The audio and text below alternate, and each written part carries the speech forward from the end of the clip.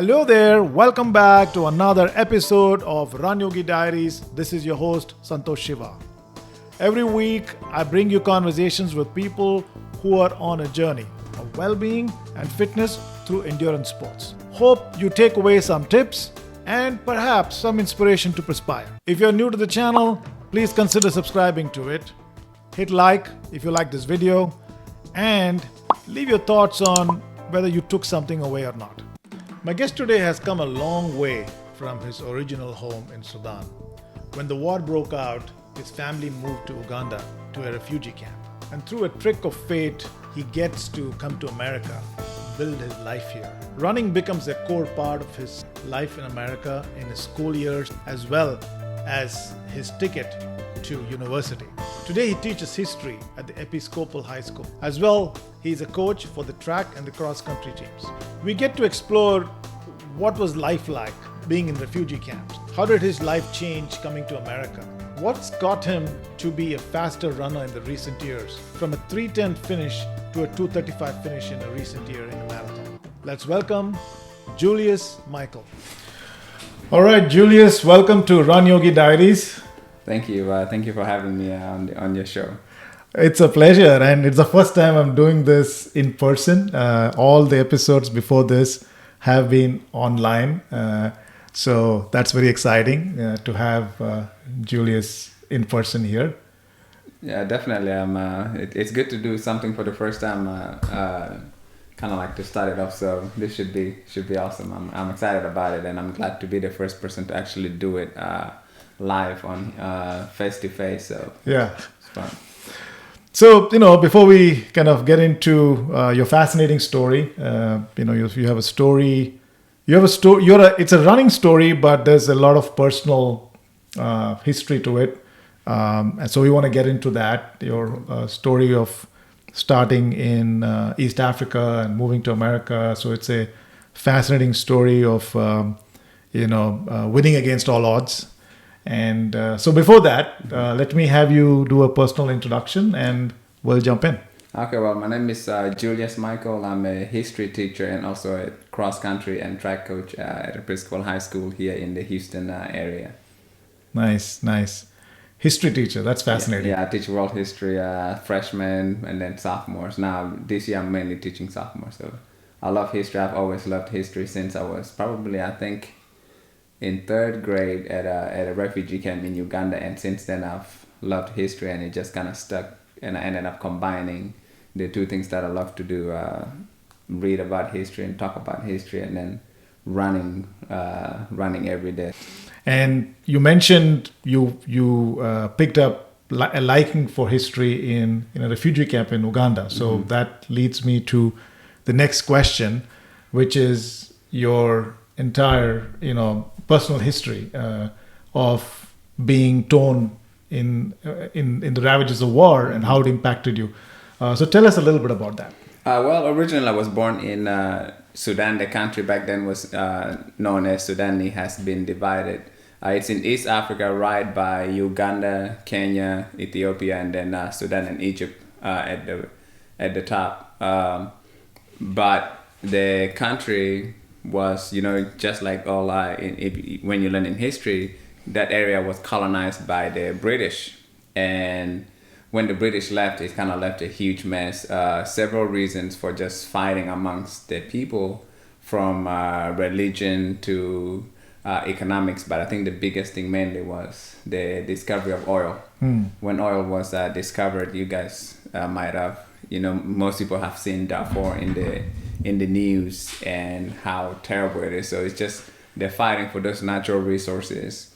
Left the country in war since the 1980s, and my parents were born into the war. I was born into the war, so that was, people just went back and forth between Uganda and South Sudan and Sudan. And what ended up happening was in 2011. The country was divided in half to try to see if that would solve the problem. So now it's known as South Sudan. But before all of that, about in the 90s, I ended up the village I lived in South Sudan, was the war got too close, and it was just like shooting and bombing and like Antonovs. These are old Russian planes from the World Wars that the government got, and basically they would drop it, and we ended up having to just move out.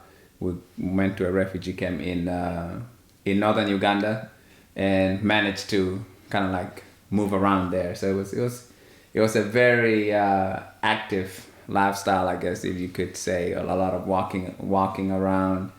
Every now and then you gotta run, but it was an interesting life.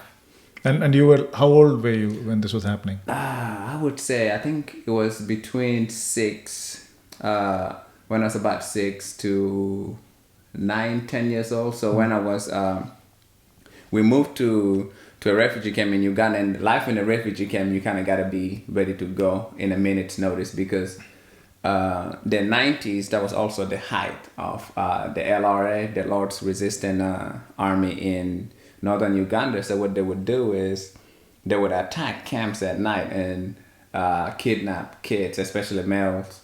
If young boys would be captured and taken into war, and then turned into these child soldiers. Most people might know, I think in 2012, Konyi 2012 was something that was brought into the forefront of the media to try to capture Joseph Konyi, the guy that was leading this resistance army in northern Uganda against the Ugandan government of Yoweri Museveni.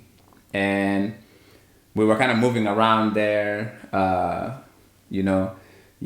Sometimes the camp gets attacked and buildings are burned and people are captured, and then you find a way to escape. And basically the turning point in my life was one of the camps I was in Uganda. We stayed there for about maybe almost a year, and that's a long time by refugee camp kind of like standards. And we stayed there. I got to know this family really well, and we became friends. They had 2 elderly parents, which I would later call my grandparents. And that relationship kind of flourished. And one day the camp was attacked, and we had to move right away. And when we could see in the distance there was smoke and people running, and my parents decided, hey, we need to get out of here. And it's kind of like when you're running. I say when you're getting chased by a dog, right? Let's say you're with your friends and you guys are being chased by a dog, and when you guys run, you don't want to just everybody run in one direction. So my parents were like, you know what, we need to increase our survival rate to keep the family kind of like to keep, at least give someone else in the family a chance to surviving.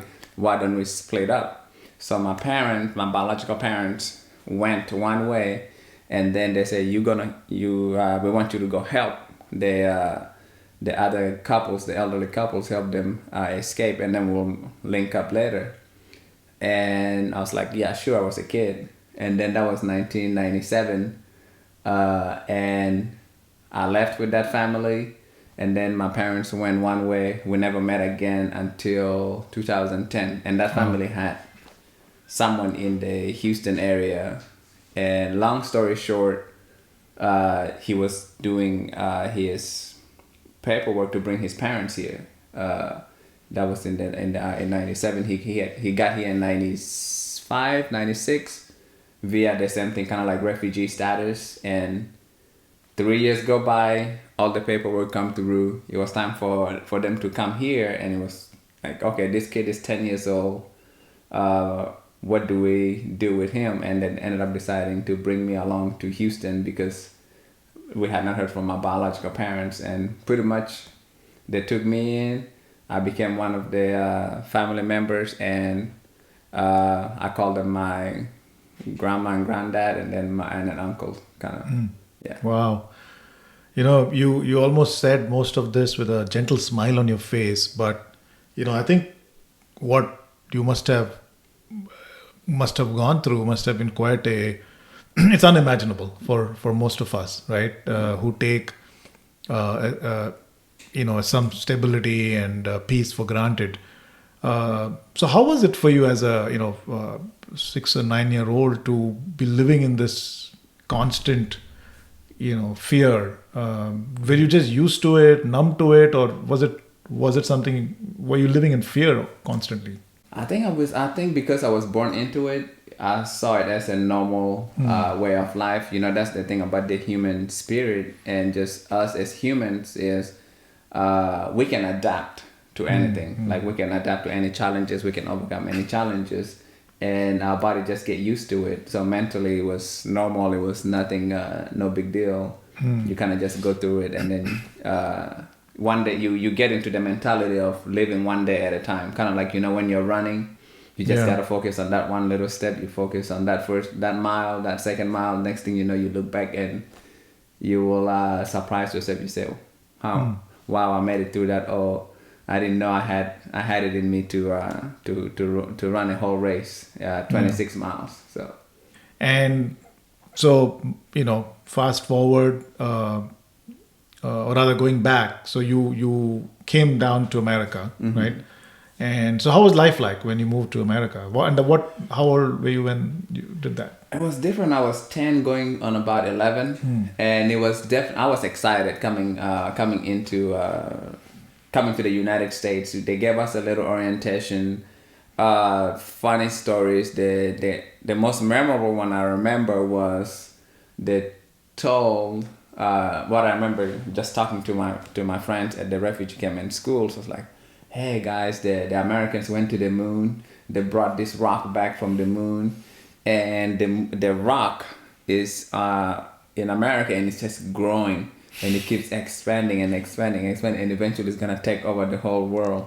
And I was like, wow, that's so that was kind of interesting to me. But the funny thing was I ended up in Houston. And little did I know that Houston was the center of space exploration with NASA. So that was exciting. But I was used to moving around, so it was nothing new. And I said, well, let's go on this adventure and see what happens. I wasn't too worried. I couldn't speak the language. They gave us a little orientation. That's like, in America, I know in East Africa and Uganda being a former British colony, tea is big.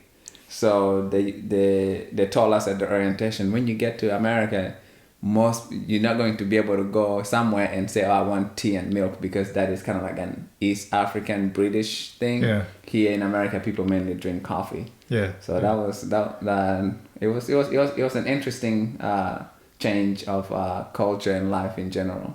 Yeah. Yeah, I'm from India, and India was also a British colony, and tea is pretty, and there's a lot of tea growing in India, and so tea is definitely fairly prevalent. So is coffee, because coffee also grows in the south. But yeah, I completely hear what you're saying. So what about your parents were separated, your biological parents were separated. So how was it, like 10 years? Without, was there any communication at all, or it was just, you just didn't know? Yeah, I mean, there was no communication. This was the time before cell phones. Yeah. So, 97, we kind of split, and I didn't really hear back from my parents until 2010. So, I moved to the United States. I settled in the kind of like the southwest part of Houston. And finally, in 2010, one of my, I call her my aunt now, that was going to take she went back to Africa. And we said, well, if you go, take some pictures with you in case you run into someone. And in 2010, she went back, and she eventually got into contact at a random funeral service. She runs into my biological parents. And then she comes back to, but then she was living in Kansas City. I was at Sam Houston State, and she brought back this letter with phone number on it and a picture that was a picture of me that was taken in 1996 at one of the refugee camps with my mom and my siblings, and I kind of started reaching out. I couldn't reach anyone, and finally.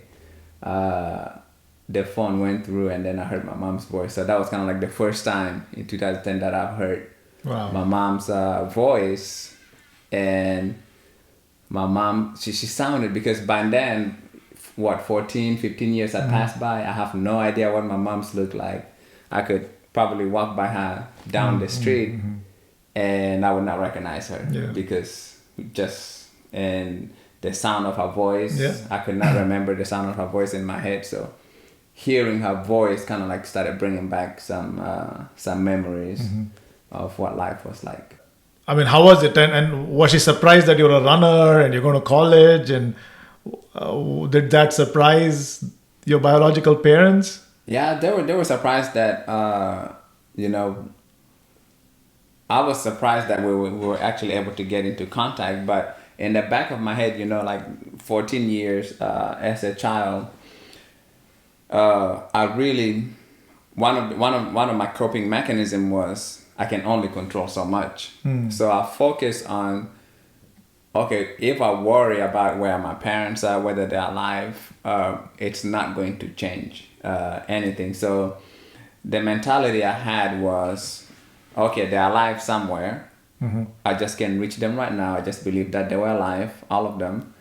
And, there'll come a day where we will meet. But until then, I cannot, stay up late at night worrying about it. I just kind of lived a carefree life. The last thing I remember my parents telling me was like, "Hey, be a good boy and listen to my aunt, the family that took me in." So that was kind of like the mentality that I had. So they were surprised that I was doing well and that I was going to college, and they were pretty excited about that, the fact that I actually did well in school. So once I made it back there, kind of like to share all of my experiences, that was pretty special and neat for them to show them some of the things that I had accomplished here in the United States. Terrific. Yeah. And have they visited you here after you met? So I've since 2010 I've gone back to Africa, to South Sudan about, I think, 4 times. And actually right before COVID, I had been working on my trying to reunite. That has been one of my dreams, was always to one day live in the same roof with all of my parents and my siblings. And I was working on kind of like trying to bring them over. And the immigration process was just really tough. The rules got changed from the 1990s. After 9/11 happened, everything kind of got just really tight. Right. Everything was tightened up. And I actually applied to bring my whole family. It was my mom, my dad, and then 4 of my other siblings. And I got a letter back from immigration. They were like, "Look, we cannot, the U.S. immigration has priorities. So the priorities are parents, children, and spouses. So siblings are not considered a high priority." So it came down to my mom and dad could come, but my siblings could not. So we had to make a really tough decision. And we concluded, the whole family were like, "Look, mom is going to come, and then we can try again." And right before the pandemic, mom was like, "I don't think I can do this. I don't think I can leave the rest of the kids behind." And we said, well, if we want a chance at reunification, we gotta take this chance. So right before COVID, she took off from Uganda and made it to the United States, and now she's living with me. Wow. Here in Houston, and then the rest of the family is kind of like back at a refugee camp in northern Uganda. And the reason they're back in camp is when the country was divided in 2011 and some of the people were put in charge, the country went back to war in 2013 because it's just, as humans, we're always fighting for that power and control. So 2 tribes that did not agree with got into a fight, the 2 dominant tribes that are fighting for power, and they ended up South Sudan going ended up going back to war. So now they're back at war, and my parents are back at a refugee camp. A bunch of other South Sudanese are back, kind of like in refugee camp again. So, Gosh, just kind of like history repeating itself. yeah. Yeah. Yeah, it's really heartbreaking. The human tragedy of something like this, you know. You did the right thing. Your parents took that. Your dad took the decision to separate at that point to make sure that you have a chance. Yeah. And the last thing you want to be doing is to be worried of them and not doing the right thing for yourself, which is not going to serve the purpose of that whole sacrifice that he made.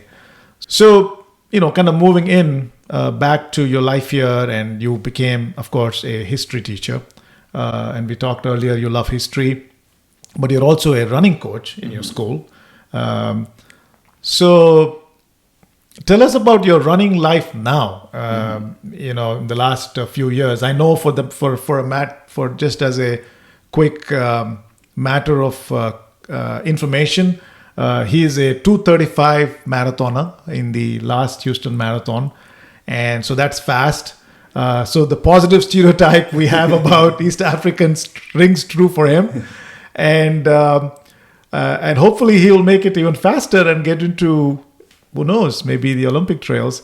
But talk to us a little bit about your running life, and also the fact that you've gone faster. You started your first marathon at 3:10 back in 2000. I saw your numbers on Marathon Guide, and you're now at 2:35. That's like a huge improvement. So obviously you're doing something right for yourself, which means that people you coach are not just getting theory from you, they're getting something from you because you practice what you preach, I guess. Yeah. So tell us a little bit about that. Well, running, I think the credit mainly goes to my high school running coach, Coach Martinez at Lamar High School. Me and him became really close since we've known each other since I was in 8th grade, because I said, hey, can you make me fast? And since then, we've just been running and working together. And my running, the main thing is just consistency. I fell in love with it, and I said, look, I want to do this. And my coach was like, no, you need to do something more lucrative, go do a different business and make money. And I was like, but you have so much fun doing what you do, like teaching and coaching. So I got into it, and after I graduated from college, I decided, you know what, I'll get my master's, and then I came back to teaching. And the way I kind of structure my running is, I wanted to wait, and usually I tell my kids the same thing, to wait until they're done with college, kind of like to start doing a marathon. So before that, I would do do 10-mile run, 20-mile, 15-mile run stuff here.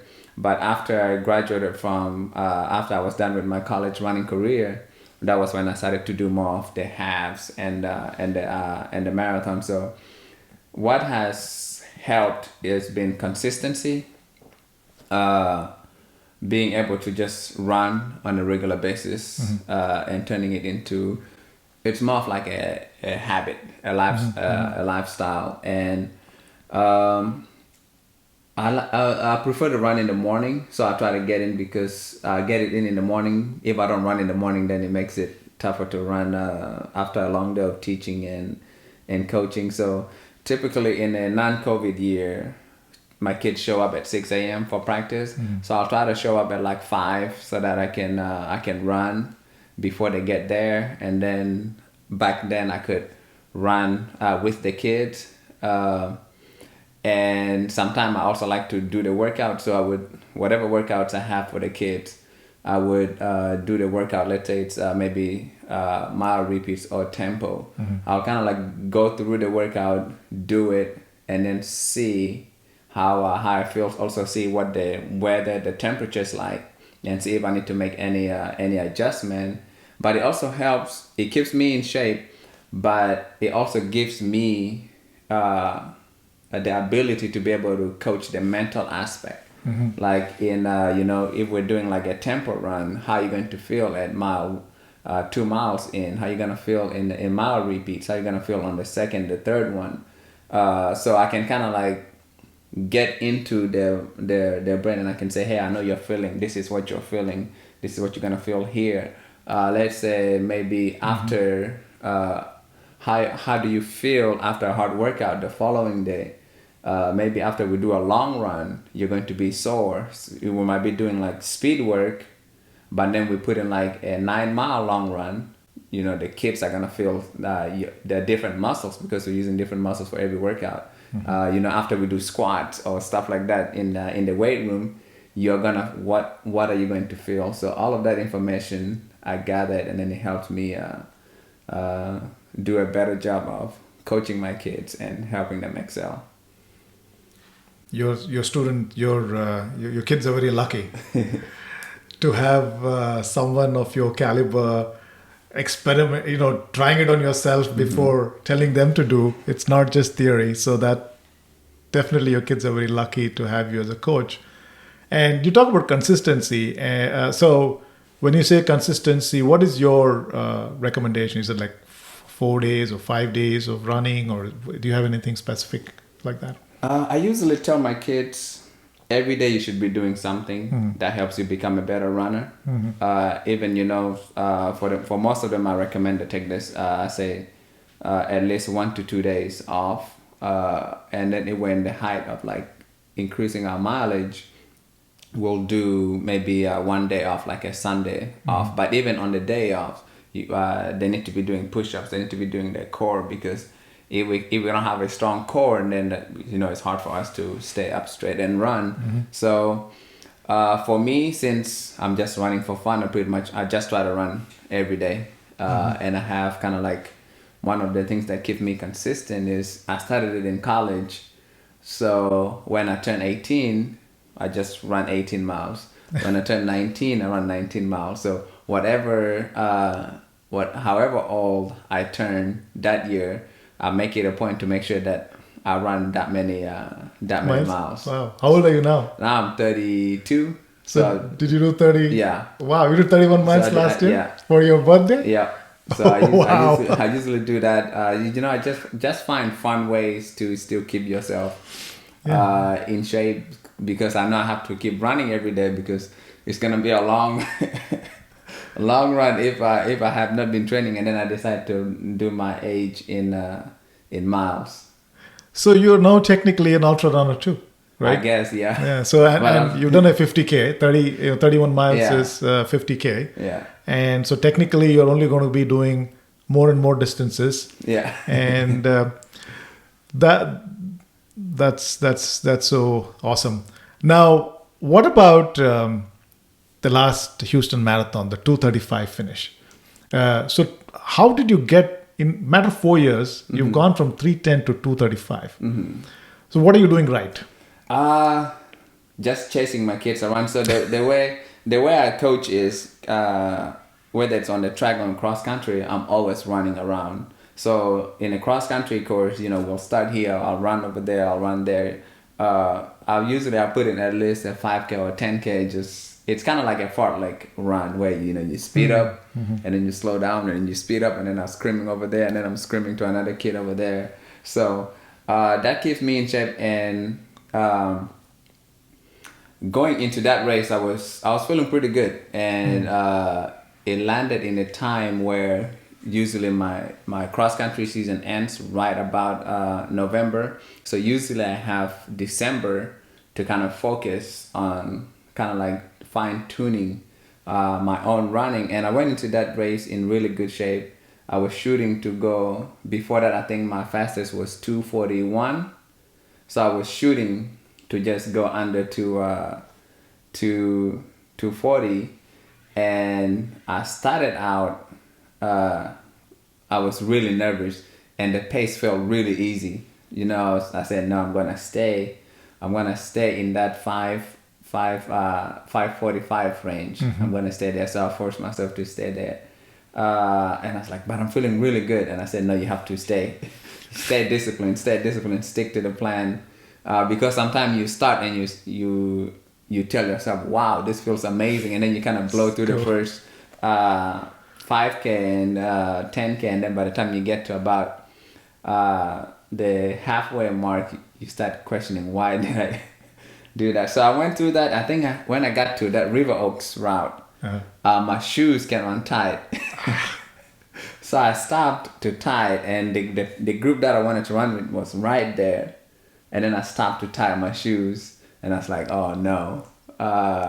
But I came through there, I was feeling really good. I got to mile 17 when we hit the Galleria, kind of making that route. It was really awesome when I passed by my school. That kind of like when you get into that West U, a bunch of my kids, they went out there and they were cheering me. And one of the parents ran out with some water and gave me like a whole like 24 ounce of water, and then I just kind of drank it and dumped it over my head, and I continued, and I got to Island Parkway, and that was where, that's the part where you usually start asking yourself, why am I even doing this?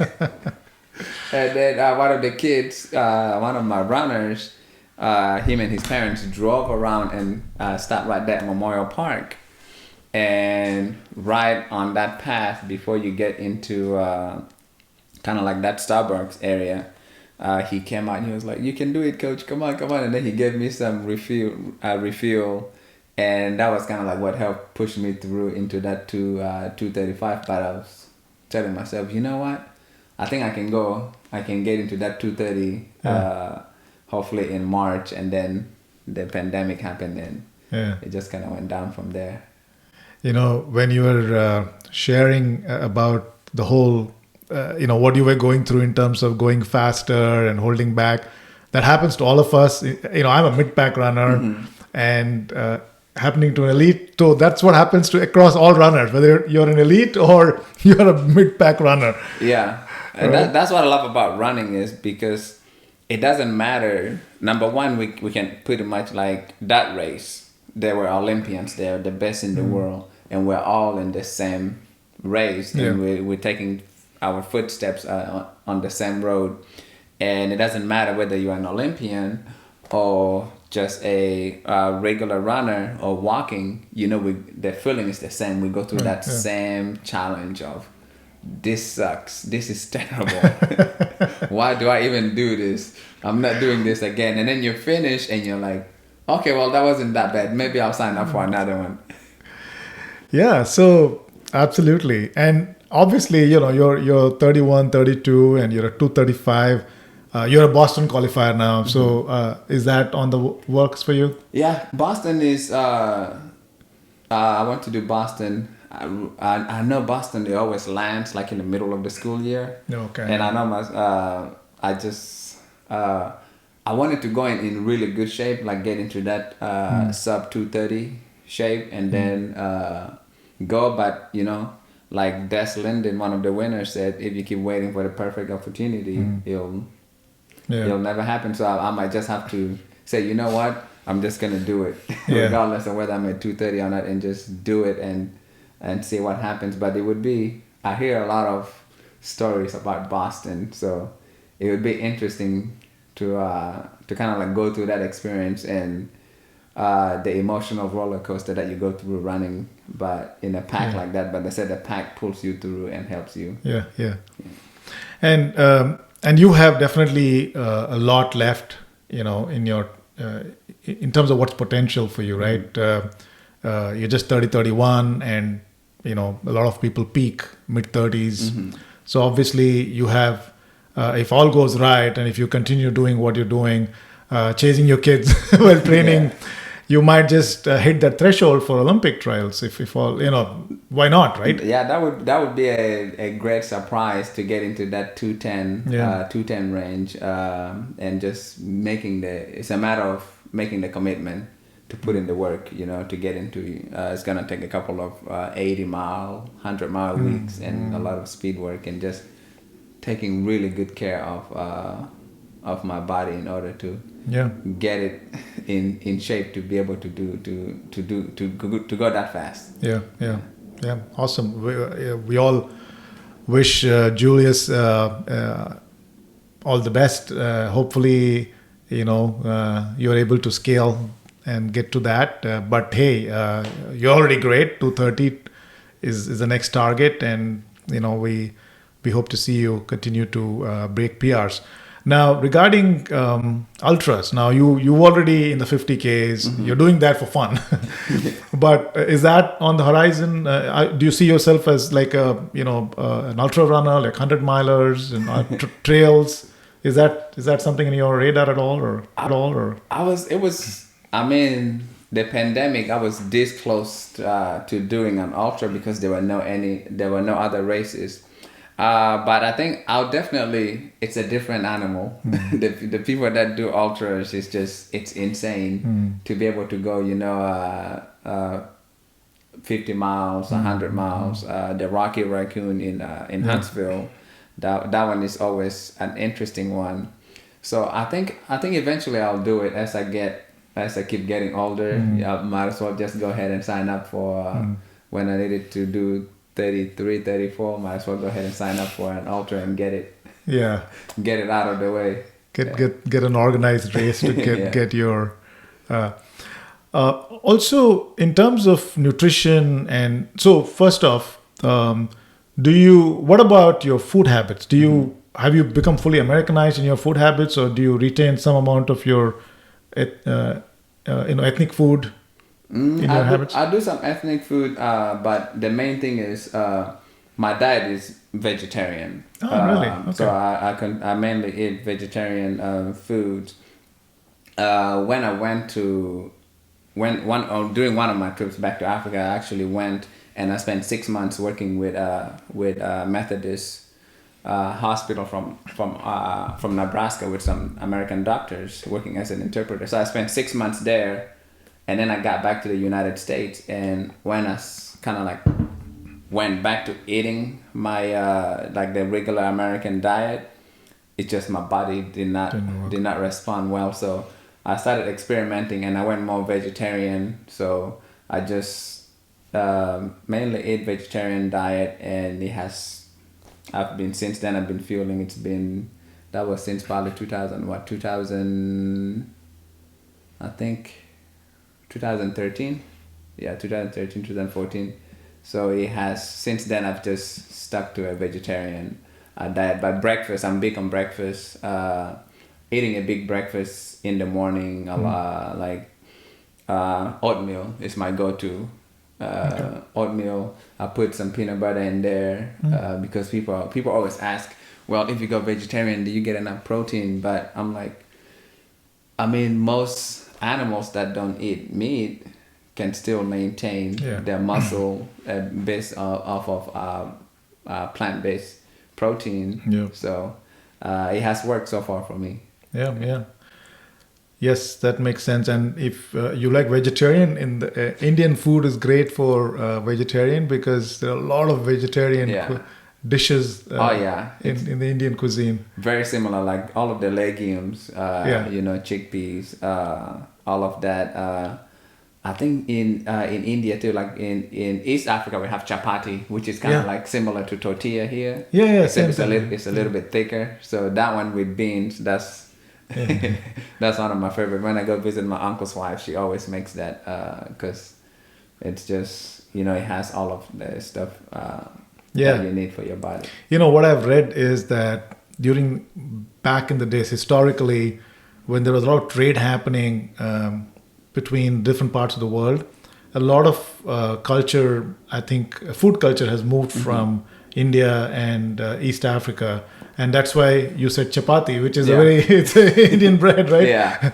So that is so true. That's terrific. That's terrific. And my other go-to is turmeric. So usually I'll go to the store, and I'll just buy like turmeric root, buy ginger root, chop them up, boil it in water, and then put it in a blender. Blend it, strain it, and then it kind of gives you a big as far as anti-inflammatory. So when I'm really ramping up my training, I'll do that, and then chia seeds. For breakfast, I'll do chia seeds when I really want my body to be tuned and in great shape, because you get all those nutrients. So the chia seeds were used by the Incas as kind of like energy. energy kind of like Yeah, boost when yeah. the messengers that were sent to send these messages throughout in South America. So Yeah, yeah. I learned about chia seeds in the book Born to Run. The With the- Raramuris, yeah, Tarahumaras, yeah, they live on that, right? Chia porridge, and then it became such a mainstream thing in America, Yeah. right? And it's got fatty acids, it's got good fats, and it's great. That's at least what I've read. I'm not a biochem. I'm not a food biologist or something like that. But yeah. yeah. And the food is the way I tell my kids is experiment. You find the ones that work for you. You don't have to stick to a specific diet just because it works for someone doesn't mean it's gonna work for you. And you just experiment with it and see how Yeah. your body responds to each one. Yeah. Awesome. Hey, that was a great conversation. I think we got a sense of your life journey and how how running has been a core part of your life, and we would like to see you go faster and faster and longer. We're coming to kind of the last part of our conversation. I have some rapid fire questions for fun. Okay. So I'm gonna pick up some of those questions and let's see how you fare. All right. Thank you. All right. You ready for it? I'm ready. Go ahead. Okay. So, a place you'd like to travel after the pandemic is gone, other than Sudan. I know you are traveling there already. I would really love to go to Greece. Greece. Yeah, I would love to run. I know there's an ultra race in Greece that kind of mimics Pidipidis route, kind of like the legend of the marathon. So Greece would be on top of my list, a place to go run in. Yeah. Nice. Your favorite guilty pleasure in food? Pecan pie. All right. I love pecan pies, especially with ice cream.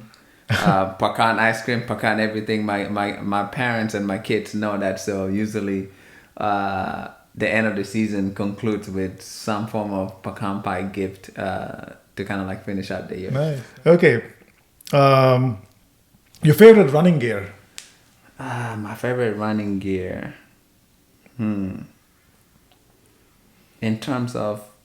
I think in terms of shoes, I've tried the Nike, kind of like the 4%, but I've not been, for some reason I cannot figure out how to tie them. Okay. So that's why they kept untied. And because the ones that are running, one of my friends was like, hey, you want to run in this 4% like during when we went to the expo.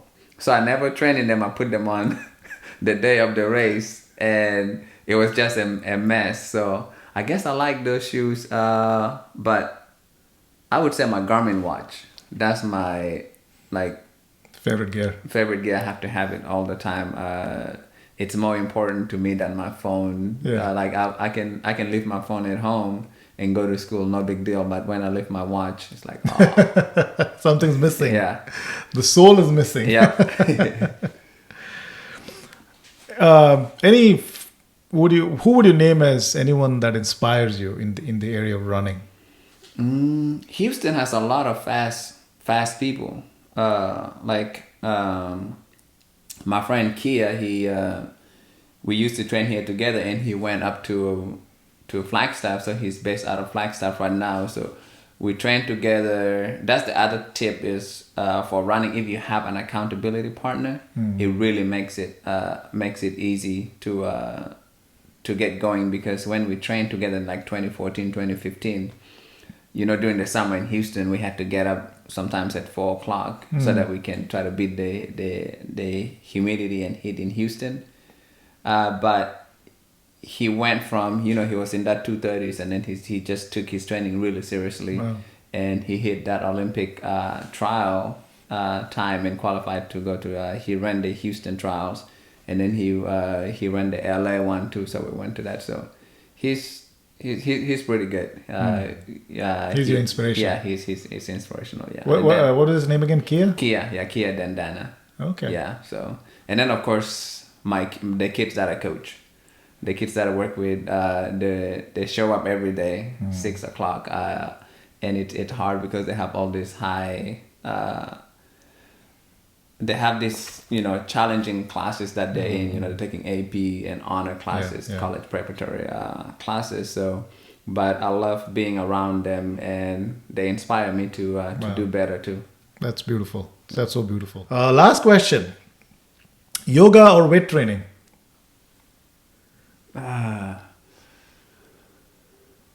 Probably, I would go more yoga. And I actually incorporate yoga into part of my training, and we were fortunate this year to have a yoga instructor in our coaching staff at Episcopal High School. So she incorporates yoga in, and we do some meditation Fridays usually. So in a typical cross country season, the Friday in our pre-race, we'll do a lot of meditation. We'll incorporate, like, there's an app we use that's Headspace. Okay. That we use to meditate, and I try to, we do a lot of visualization, especially before a big race, and we kind of start visualizing where we're going to be when we start in August, visualizing where we're going to end the season in November. So we like to do yoga, and usually the kids will start asking. Let's say if we go a while without doing yoga, they say, "Hey, can we do yoga this week?" So, all right, yeah, that makes sense. All right, thanks a lot. That you did well in the rapid fire. Some more pearls of wisdom and learnings that all of us could take away. We're kind of coming up to the end of our conversation. I'll give you the last word. Is there anything that you want to say before we wrap up? I think it's just.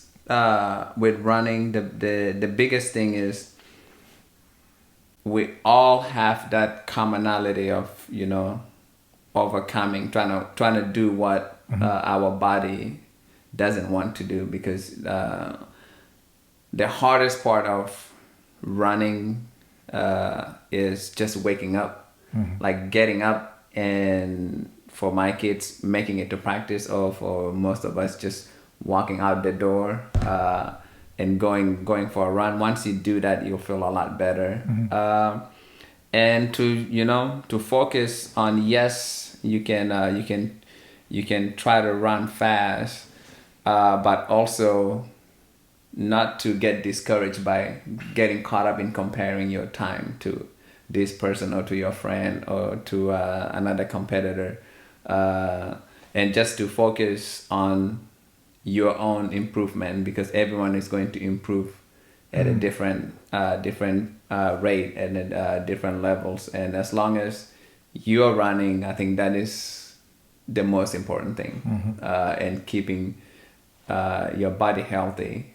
It's the journey. It's more of a lifelong journey, not just you try to make it to this point and then you end there, but just keep it going every day, and control don't worry so much about what you cannot control. Yeah, beautifully said. And you've epitomized that in just the way you lead your life, not only running. So thanks for sharing that. Julius, thank you for joining the RunYogi Diaries again.